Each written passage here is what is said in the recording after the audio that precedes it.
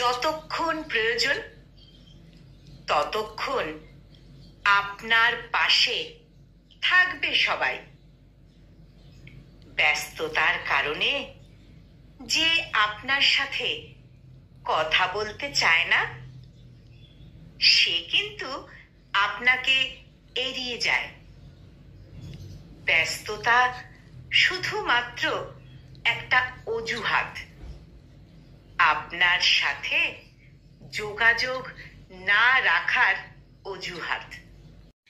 আপনি যার কাছে যতটা প্রয়োজন সে আপনাকে ততটাই মূল্য দেবে। কম বেশি ব্যস্ত সবাই থাকে, তাই বলে দিন রাতে একটু সময় কি পায় না একটু খোঁজ নেবার? যদি আপনাকে গুরুত্ব দিত, হাজার ব্যস্ততার মধ্যেও একবার হলেও আপনার খোঁজ নিত সে।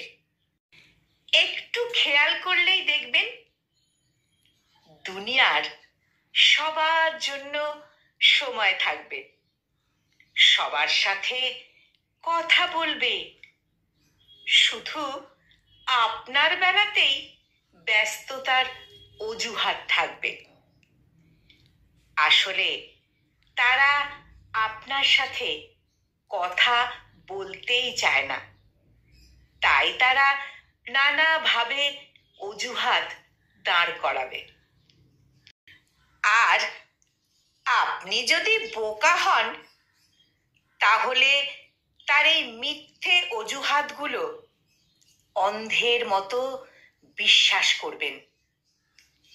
যে আপনার গুরুত্বের মূল্য দেয় না, তার পিছনে বেহায়ার মতো সময় ব্যয় করা বোকামো ছাড়া কিছুই নয়।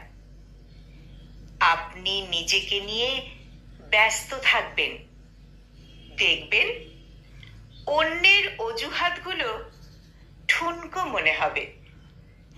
যদি আপনি নিজেকে নিয়ে ব্যস্ত থাকেন, তাহলে ঠিক দেখবেন অন্যের অজুহাতগুলো সত্যি সত্যি ঠুনকো মনে হবে।